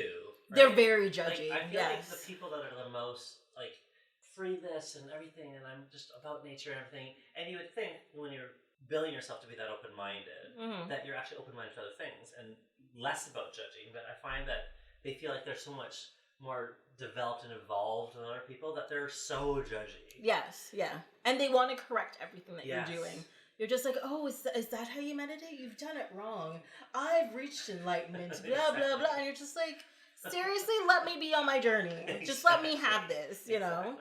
But the other thing I thought was interesting about the way they portrayed Maggie Gyllenhaal's character, like most hippy-dippy, you know, we're about the family bad, we're about this and that, like, they're usually not materialistic. Yeah. I thought it was really interesting that the hippiest, most ridiculous, free love, you know, working for the man is bad, are super rich. They're the richest people there in the movie. Yeah. I thought that was a really interesting choice. Like, you open up, and they're in this gigantic mansion. Yeah, like, of a house, Keller is this huge house, but clearly, like, I read, like, so she's, I guess she's meant to have inherited all this money. So her husband does nothing. Yeah. Right. She kept asking, like, oh, you just want to, like, be oppressed by the man and the blah, blah. And I was like, what? Because you have to. Most of us have to work. Yeah, but, like, for a living. The fact that he does nothing, and then he's mocking John Krasinski for having a job. Yeah. And saying, oh, you're just a fearmonger. And then the husband turns to the kid, you'll never have to worry about this. Like, that was enraging. Like, they're the most 1% snobby, but wrapped up in this hippy-dippy, like, they're the worst of both worlds. Exactly. And then that's the thing that made me hate them the most, kind of thing. It's just like, you are so hypocritical and you're so full of yourself, yet you are the worst people possible. And I like that they find, like, he said, you are the worst people. Yeah. I like that they have the stroller and they're like, kid, get in. They're getting around. I was mad that they spent so much money on it, and, like, she's so awful. I was hoping that they're just keeping the stroller because they're gonna. I think they ended up keeping, because the kid comes out. They took it with them. Yeah. So I'm assuming they kept it. They would have kept it. And it's for their kid now. It was a really interesting scene though, because it's just such a different dynamic. Yeah. Like, really rich, horrible hippies. Yeah, and they're just they're so disgusting. And it was funny that bed took up the whole room. I thought that was hilarious because I have friends that, you know, as he said, we practice family bed, which is they just all sleep in the same bed. Yeah. But, you know, I've never, like, it's funny to have it extended that they've made a bed that fills the room. Yeah. So the whole room is a bed. Mind you, I would think that's kind of great. I mean, it looks really comfortable, but also ridiculous. Yes. I thought exactly the same thing. And when when she says, well, how do you handle it when you guys want to be together? And they're like, what? Are you planning on hiding your lovemaking from your child? God, that was a different level, because I literally was just like, ugh, that's awful. Like, no. Well, that was there's a difference between happily showing love in front of your kids. Yeah. There's a difference between, you know, making love in front of your kids. That's just not correct, okay? That's traumatized children for life. Please. It's to paraphrase that other movie, like, you can show love in front of your kids, but you can't show love in front of your kids. Oh, and her quote, like, one is not born, but rather becomes a woman. Like, oh my God, stop it. Get over yourself. But it was funny. It was fun. But see, I like the movie. Like, it really, watching it this time, like I said, it really was, the whole movie was about different styles of parenting. Yeah. Right? Like, the basically abusive, neglectful mother, and then the overly child-centered mother that just does all these things, and then the people that wanted so many kids, and they had just, like, an Angelina Jolie. So here's that. Okay, so I thought it was fun that one of the cities was Montreal. Yes. I found it was annoying that everybody pronounced it Montreal. Yes, because that's not right. It's not right. Yeah. That's how you. But I liked that was kind of the best city that they visited, and they almost lived there, except for the fact that they decided to live in Florida. Yeah. Well, no, I think the thing is they realized that, like, the house they went to and the friends they stayed with were great people and their home life was good, but they realized that they themselves are not happy because this horrible thing keeps happening to the wife. She keeps having miscarriages. And, like, if every time they get drunk, it's gonna dive into this, like, depressing, you know, you're not gonna have fun being with your friends. You're not gonna have fun with their family. You're not gonna. But see, to me, I felt like, the way the movie was set up is, oh, this is good, and there's a twist, and you're waiting for the bottom to fall out of each story. Yes. I found it a bit annoying that they were portrayed in a way that, like, they looked like the perfect family. They've got this truly gorgeous house in Montreal. Yeah. And a beautiful family of all these adopted kids, like an Asian girl. And they're so lovely. And they were so cute. And they're having so much fun. And the family all seemed really well adjusted. Like, it kind of felt sad to me that they chose to wrap that story up by the secret is that it's all a lie and they're actually super miserable. Because, I mean, I have family members that have difficulty with getting pregnant, like fertilization, fertility issues. And it's truly, like people will go through lots of trauma and everything. But I feel like there's other ways to have a family, right? And people that have fertility issues will sometimes turn to adoption. And even that can be hard. But this family had 4 kids. I can understand the urge to want to have your own biological kid, and it would be difficult. But I feel like they shouldn't be portrayed that they're secretly really miserable even though they have 4 kids. Well, I don't think they're miserable because they have 4 kids or they couldn't have a kid. I think she wants to go through the experience of having a child. Yeah. And I think the problem is they keep adopting because she can't have a child. Right? That's what I got out of the story. And she is sad because what was it, like the week before or something she had a miscarriage? No, totally. You know? It's awful timing. And it was awful timing, and it just kind of went downhill. But I think at that point too, there's a level of resentment that builds at that point. You're just, you can't. And then they went on about the fact they're like, oh, you have all these people, who want to have fun in their 20s, and when they get in their 30s, they don't realize how hard it is, and blah blah blah blah. And I'm like, but that's not. Sometimes it has nothing to do with your age. Sometimes it's just your biology, because there's 20-year-olds and all that kind of stuff out there who have problems, have different problems as well, and they can't, conceive. And it's not just the fact that they're in their 30s. But it gets harder. It does get harder. And I'm not saying timeline at the end. I feel like that. I don't feel like that would have been the reason they decided not to move there. But like, if they're really good friends, I feel like they would know that it's not just going to be misery with them. Like, they have this lovely family and they enjoy the city. Well, because most of the day they loved until that last which is why it felt like, oh, that's the surprise ending and they're going to get out of there. Like, I feel like if they're good friends, they would want to support their friends through that, and then they would enjoy living there. Or do you think? Well, they never really wrapped that. They never really wrapped that up, and that's the problem with that scene. But also at the beginning of the movie, isn't it also that they left because his brother suddenly called him out of the blue, and saying that they had to leave. They had to leave. But my other thing is too is that they were going to all these cities, but it kind of comes across as like they had it planned to go to all the cities anyways. Yeah. And so they may have left and then gone back later on, but then she had the revelation to go to Florida, the Panhandle or whatever, to her family home. I guess I just wanted them to stay in Canada. Yeah. They're like, you belong here. Where are you going? You'll love it. They made Montreal look really fun. Oh yeah, they made it look lovely. Like the other cities, they didn't really give too much attention to. Like they just stayed in their houses or they were at a track or whatever. But Montreal, they had quite a few locations. They went out. They did things. But even when they were in Florida with the brother, or whatever, they just walked up a street and then they went home, and you're like, oh, okay, exactly. Like that was it. They did nothing.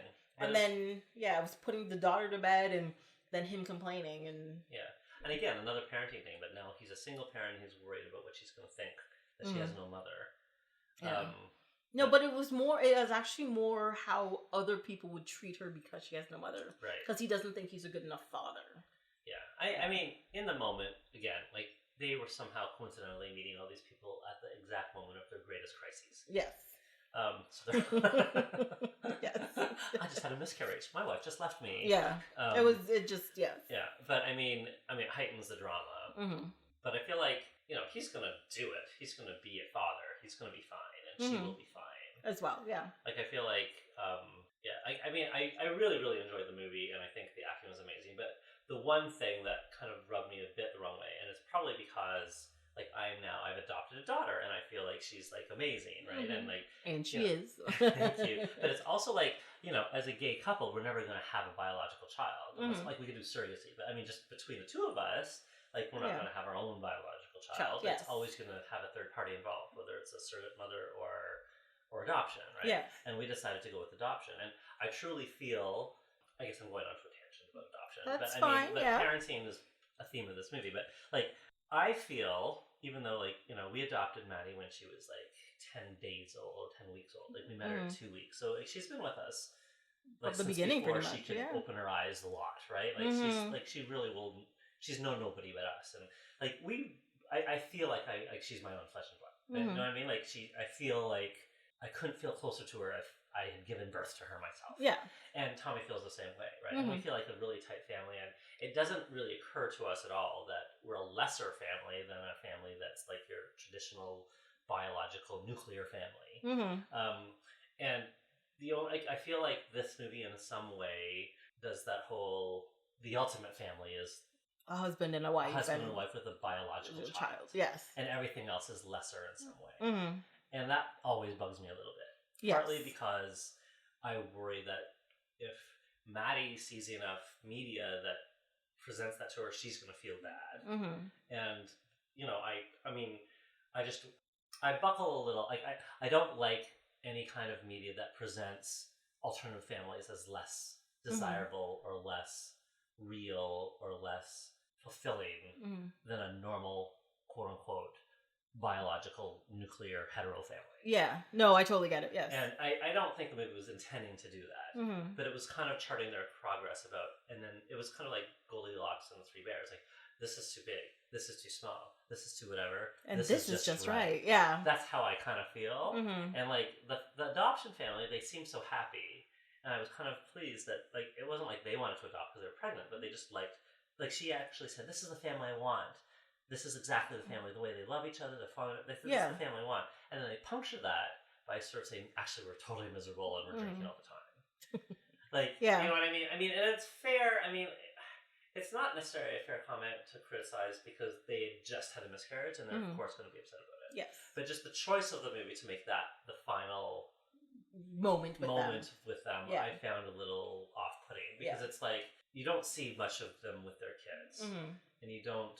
Do you know what I mean? I would have liked to have seen, but more of their interaction. Like, sort of, yes, this happened, but we're happy. Yeah. And we feel... I just felt like the way it ended, it was kind of like, yeah, we have these adopted kids, but whatever. Like, what we really wanted is a natural child, and we're never going to have it, so we're really... So, okay, like, I completely understand what you're saying. And it's true. Like, I think the way the family's presented in the movie, it could have been a perfectly happy family and everything is fine. But one thing, as a straight female...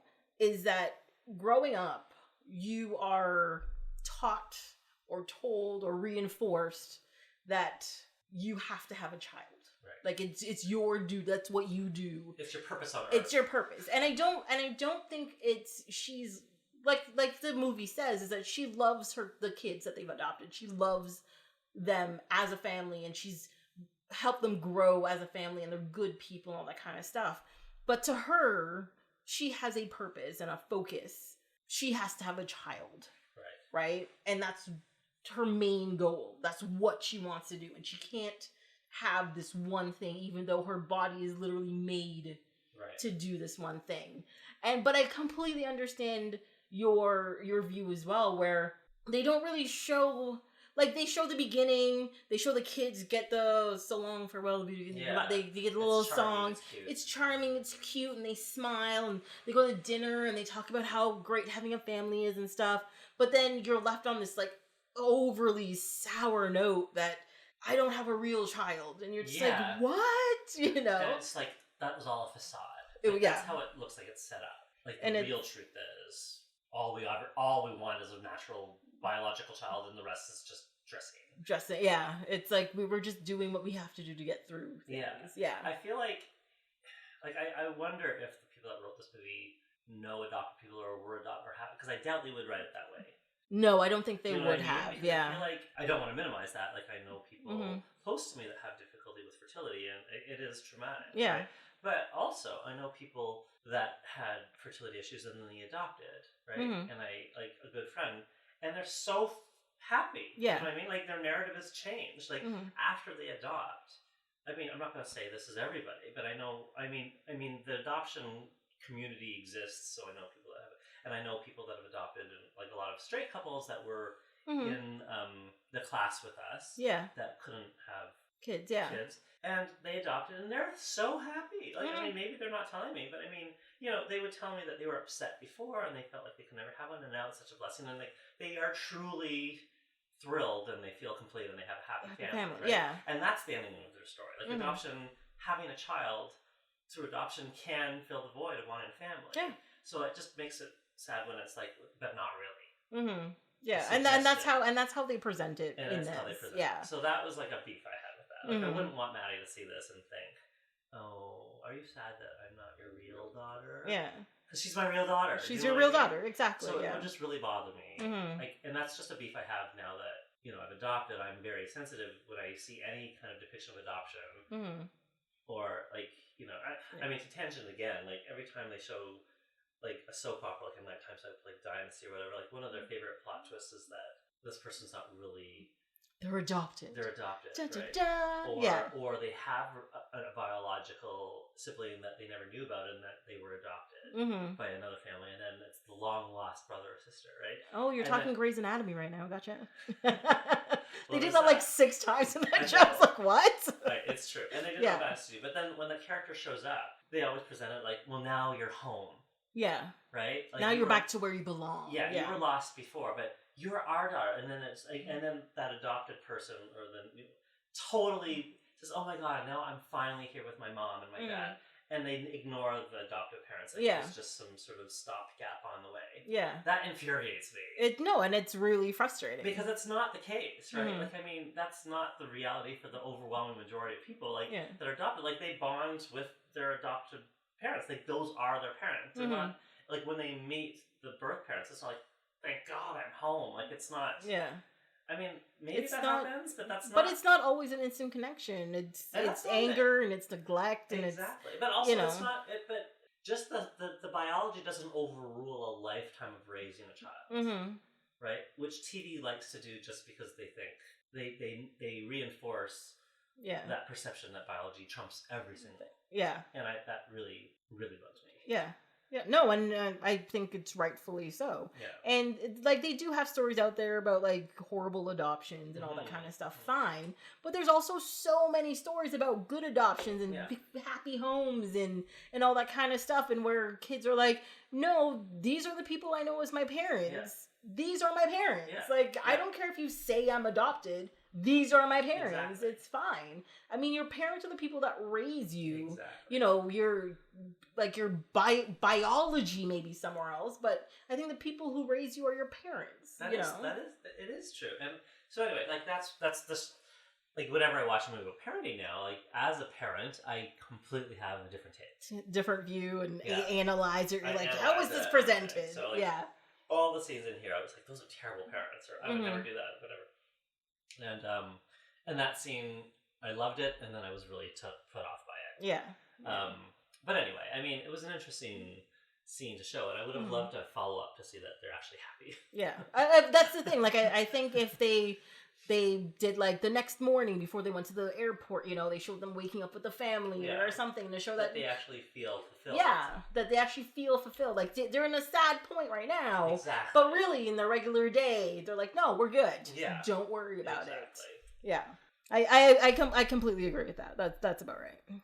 But, I mean, I feel like the two main characters, I can never remember their names, but John Krasinski and Maya Rudolph, I think they're going to be good parents because the way their characters are, they're very thoughtful. They know where their blind spots are, or what upsets them, and they're each there to support the other. They also listen to each other. They listen to each other. Like, they're not just like, yeah, let's just do this, whatever. Yeah. They're like, no, this is what I am feeling, and this is what I want, and this is why I can't do this. They try to help that person. Yes, they do.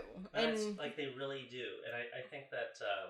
and they're patient with each other. And that's one of the things I love about the movie the most, though, is that their relationship, it's just such a healthy, good relationship. Yes, yeah. And those relationships are few and far in between, but when you see one, you're just like, there it is. And I get it. Movies also, I don't buy them a lot of the time. Because movies, like we were saying before, they just meet cute and then they're in love. Yeah, and you're just like, it's been like 3 days. Like, I don't understand. How could you possibly? Yeah.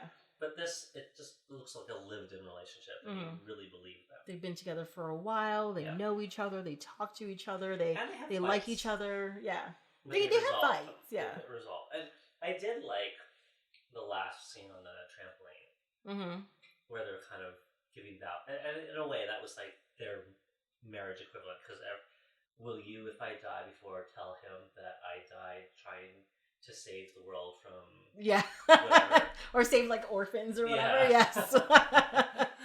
She's like, I do. I thought that was really cute. It was very cute. Yeah. Like that they're quirky, but they get each other so much. Yeah. They understand.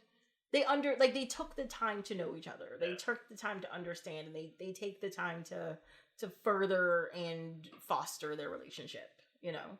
And that's why it works. Yeah. One of the things I like about the movie, though, is I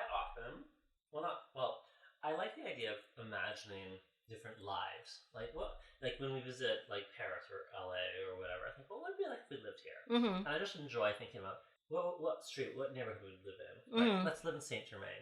What would our apartment look like? How would we decorate? Would we go modern? Would we go super traditional or whatever? And I just like to picture the life. Yeah. Right?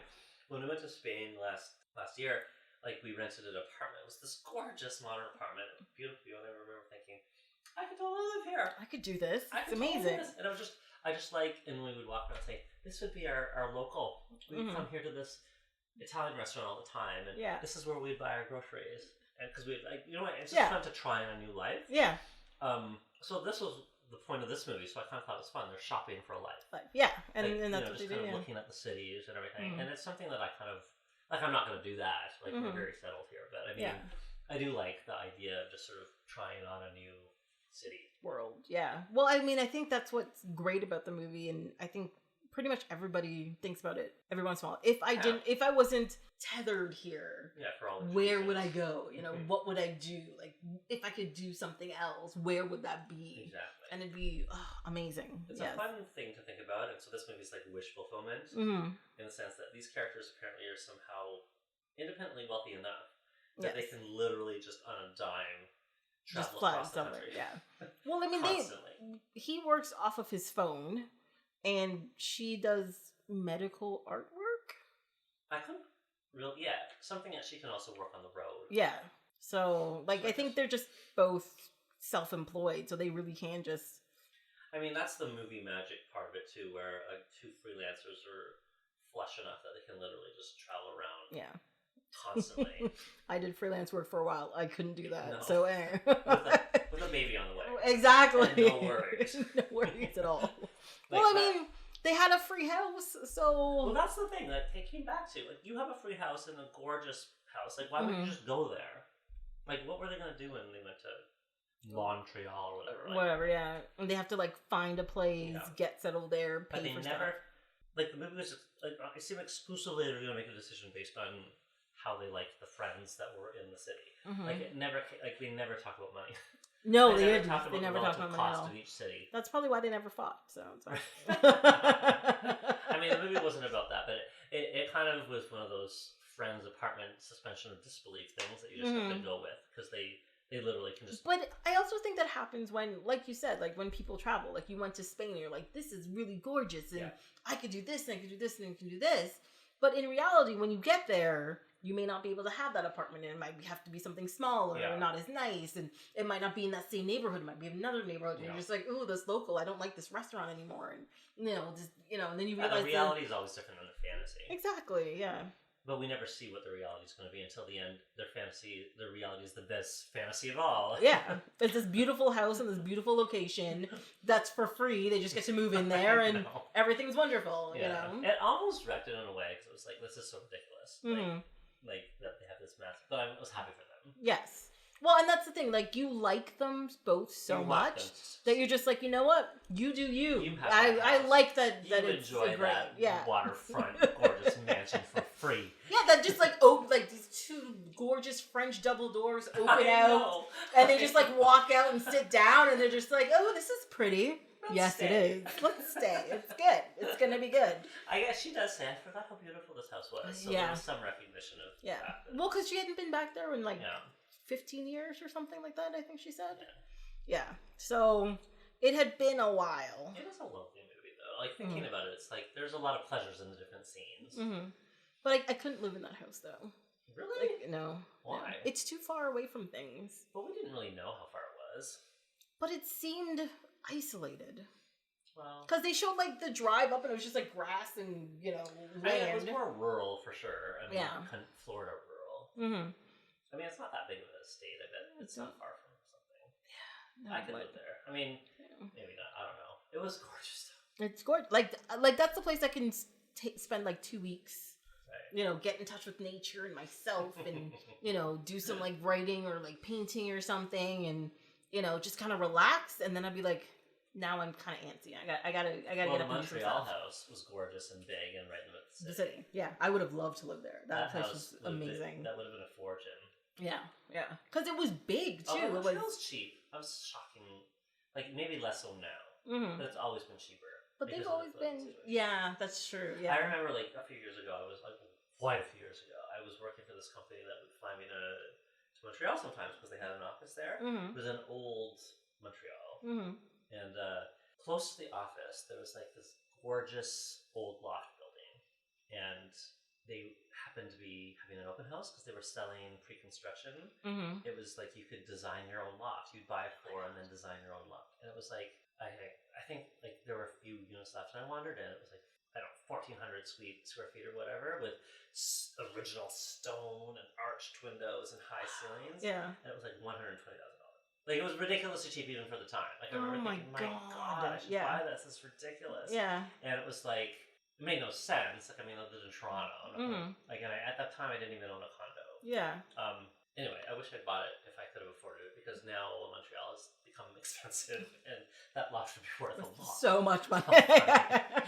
Well, that's the thing. Any property in any major city right now, it's like you should have bought something like 10 years ago, even less. You know, and it's just making a ridiculous amount of money in return. Well, I mean, that's why I feel like I was really happy that I ended up buying that church loft. Yeah, that place was gorgeous. That was gorgeous. Yeah. Anyway. You're so sad when you gave it up. You're like, I have to give it up, but still, it's beautiful. I was sad. It was like the perfect spot. It just wasn't perfect for a baby. No, really and that was the thing. For a baby or a child. Like tons of stairs, no safe outdoor space. Our bedroom was right next to the living dining room where we were always hanging out with friends. So we were always like, shh, you can't laugh. Like it was kind of ridiculous. It was a perfect place for a couple though. Yes, or even if you had like a teenager or something, it would have been fine. But it's just for like a newborn and a toddler. No, it was like who's gonna like walk around, pull things down? You got to be quiet all the time. Yeah, but anyway. But that's why this movie appealed to me just in terms of looking for a house because it's also kind of just like it's always fun thinking about new places. It is. It's not a new city. It's just where will you live? Yeah, I mean, even if like I'm downtown walking around everything, I'm like, ooh, this is beautiful. I'd love to live here. I do that in New York too. You know, you don't like New York, but like, sometimes, like when I'm there, I will go into an open house, or I've even like I'll look up real estate listings or whatever, and I find something. This is not that expensive. Like you can find things that are livable. It would just be about a third of the size you'd get in Toronto. Oh, okay, yeah. But I mean, it can be beautiful. I found this one apartment. It was like in Soho, and I thought everything there was like mostly they're all like millions of dollars. But I found one that was close to Soho, and it was like maybe 500 square feet. Yeah. But it had a huge wraparound terrace. It was a gorgeous old building. Yeah. And it was not that expensive. What? Yeah. Yeah. I mean, I could live there with a family. But well, maybe what I need to do is next time I go to New York is check out some listings and go have a look, and maybe then I might change my mind. Maybe. Never know. Because I do check out listings in Toronto on a pretty regular basis and walk in and stuff. I love the loft ones as well downtown. They're so nice. Oh, I know. I do it all the time still too. It's just fun to. I actually haven't done it in a little while, like a couple of years, but I really should try it. I should do that again. Yes. You've just reminded me. I'm like, oh yeah, that used to be a hobby. Well, one day we can do like an open house tour. We'll walk around and we'll go into open houses. Yeah. Oh, this is fabulous. I love your sconces. They're amazing. Yeah, I could try that. That'd be good. So, any other notes about Away We Go? The music's good. The music is good. Yes. I haven't done yet, but I was gonna like see if they have the soundtrack on Spotify or something. It was very interesting songs. Yes, I think they were all one band, weren't they? Were they? I find all of the songs sounded consistent. Yeah, consistent is the right word. They didn't sound the same. They sounded consistent. I mean, that's very possible. I don't know, but I liked it. I thought it was a good soundtrack. Yeah. And it was used sparingly because a lot of the scenes were actually really quiet. Yes. Actually, one of the things that really annoys me, I don't know about you or anybody else, but when I'm in a car, the radio is on. Yes. Okay? Yes. The radio is on. And I've started to notice that with like my friends and all that kind of stuff, when they're in a car, the radio is not on. And I'm just like, what is... Because they want to talk? But even if I want to talk, I just turn on the volume, but the radio is on. I either have the radio or we put in like other music that we own. Yeah, something's going. I have going. to have something. Like on road trips, I actually love singing in the car. Yeah. And Tommy, God bless him, just endures it. You're belting away, you know, with your Gaga and so he tries to yeah. start a conversation, and I will think, oh wait, I have to sing this song, and he doesn't sing. So he just sings. But that was a pleasure of mine. But, you know, in a movie, just technically, like, they probably just didn't want to have to pay for it all the time. And they're always talking. Yeah. So they're probably not going to, like, it's a lot of money to, like, license songs for movies. That is very true, yeah. And unless there's some sort of dramatic purpose or they need it, they probably would just not do it. Not do it at all, yeah. But I don't know, it just drives me kind of crazy. I'm like, why is there no sound going on? This is nuts. So do you think John Krasinski was more attractive in that movie, or now that he's in, like, super buff mode? I don't like him super buff. I like it. Like, he's never been, like, he's flabby or anything. He's just been average. Well, he was lanky. He was always, like, sort of this lanky, skinny guy. But he's not, but in this movie, he doesn't come across as lanky either. I think he looked lanky. I don't know. I think I liked him better in this than in, like, what's he doing? Jack Ryan right now? Yeah. Yeah, no. That overly, like, preppy all-American look, this, no. That is kind of my go-to. I like the preppy muscular. I actually like when they transform, like Chris Pratt, and like he had dad bod, and then he became super buff for Guardians, and now he's dad bod again. Yeah, I don't know. Like, and him in Guardians though is it's beautiful. God, he's so beautiful. Yes, it's beautiful. I mean, aesthetically, I love it when they go buff. Yeah, but I have to say, like he was so appealing in this. I kind of liked him this way. Yes, because he seemed like a nice, real person. Yeah. It's a person you want to be around. Exactly. You know, so like I mean, there are obviously affable buff people, but I mean, when you see someone that's so muscular and then so trimmed, you just assume that they're somewhat narcissistic. Yes, because they're just obsessed with themselves at a certain level. He seemed like a much nicer, more approachable person in this movie. Yes, I agree. I totally agree. Well, so overall, you know, you still like Annie Hall and you like Away We Go. Yeah, overall, I really enjoyed both. So did I. I was happy. I still enjoyed both of those movies. I was happy that these were the movies I got to watch. Yeah. Because like I had actually forgotten how much I liked Away We Go. Like I mean, you know, it's been 10 years since I saw it. Yeah. And it's a bit of a lightweight movie. Like it's not going to change your world. And I remember liking it, but I couldn't actually remember what happened in it. Yeah. Like I couldn't remember the resolution. Yeah. I just that's the two things I remember. I remember the opening scene where she's like, "You taste funny," and I was just like, "Oh, what?" I thought that was a really clever way to show that. And even like, and then his like when he's like, "Well, I was just reading about vaginal flavors," and she's like, "Can you please stop saying like this?" That made me laugh out loud. It was so funny. But that's the thing. That's how like there are two people that talk to each other, even though it's like weird and uncomfortable. Sometimes. But it was such a funny scene. It was real and it's different than other movies. Like as soon as I started watching that, I love this movie. Like it's just such a fun movie because it wasn't like it wasn't. Yes, they were having sex, but it wasn't overly sexualized. If you know what I mean. Like it didn't. It was presented as a very natural part of this relationship. It wasn't made to be titillating. No, exactly. Yeah. It just presented as a fact of their relationship. Yeah, and that's the thing about it is like I think if a lot of movies when they have a scene like that they have to make it titillating. It's got to turn people on. You're like that's not what the movie's about though. You have to let that part go, kind of thing. Exactly. Yeah. But it's a very likable movie, and I really enjoyed rewatching it. And as I say, like I had a slightly different reaction watching into it now as a parent. Like everything was being filtered through that. And because so many of the scenes were just overtly commenting on parenting, that I never is a layer that I didn't appreciate before. Yeah. And now as I'm watching it, like that kind of parent, that's that kind of parent, and they were like even the resolution of the movie when they're talking to each other, they're talking about the kind of parent they're gonna be. Yes. Yeah. The movie is about parenting. Yes. And so, then, yeah. So I really enjoyed it just from that perspective. Yeah, because I think they're about to embark on, you know, the parenthood voyage. Yes. But there's a trip involved before they even get there. You know, there's another journey that's necessary before they get there. And outside of my quibble with the presentation of the adoption family, which I mean could have been resolved if there was one more scene. Yes. I mean, I even really liked that scene up until the end. Yeah. But I just thought it was a really unique and clever movie in terms of the fact that the structure is different, the theme is different. Yeah. I thought it was really good. It's good. Yeah. I'm very happy. I like this movie, and I was very surprised that I now like Annie Hall. But it is such a good movie.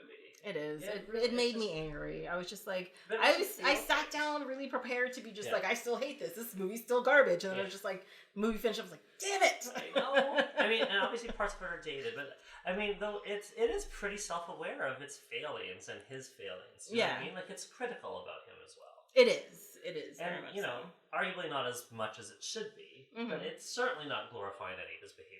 No. And the women call him out on it, and the women are drawn, I think, mostly, like Annie Hall especially, in a very real, like a positive way. She's the character that grows the most in the whole movie. Yeah. I mean, I think all the men in the movie are kind of stunted. Yes. And all the women are just like, no, we're better than this. Yes. Let's keep going. Yeah. And it's just creative, right? The fact that, you know, he does so many different, you know, breaking the fourth wall, the subtitles, the animated sequence, like... He throws in a whole bunch of things. Just so many things, but it works. It doesn't come off as gimmicky for the sake of being gimmicky. Yeah. I think it all works to serve his vision. A purpose. Like Yeah. Purpose, like it's not there for a flowery effect. No. Everything is purposeful and there for a reason. And I 100% agree, though, that he's not a good human, and his behavior is, I think, beyond problematic. Like, it's disgusting. Yeah. A lot of his behavior, and it's hard to, like, you can't really support him. No. As a person. You can't. But I just think he made a really great movie. I hate the fact that, like, saying a movie is great is just shameful these days. I know. It makes you feel like you're a bad person. You're a bad person. I mean, it is a whole other topic. Like, how do you react to art made by problematic men? And it's always men. Yeah. So far, at least. Yeah. I don't know. We'll see what happens when it comes back around. Like, what are the big movies that what's his name?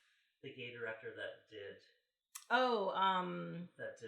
Bohemian Rhapsody, and now he's finally getting Zack. Yeah, he's a Zack Snyder. Is it Zack Snyder didn't do? Isn't it? I can't remember the name, but it's this guy. But anyway, he did a whole bunch of successful X-Men movies, right? That would have been Zack Snyder, I think. I think it's Zack Snyder. Who directed Bohemian Rhapsody? I have no idea. Because, I mean, will people stop liking X-Men movies? Well, the X-Men movies are pretty bad, so yeah, probably. Maybe I'm wrong. Maybe it's not Zack Snyder. Who directed it? It's, Bryan Singer. Bryan Singer. Yes. Sorry, it's Bryan Singer.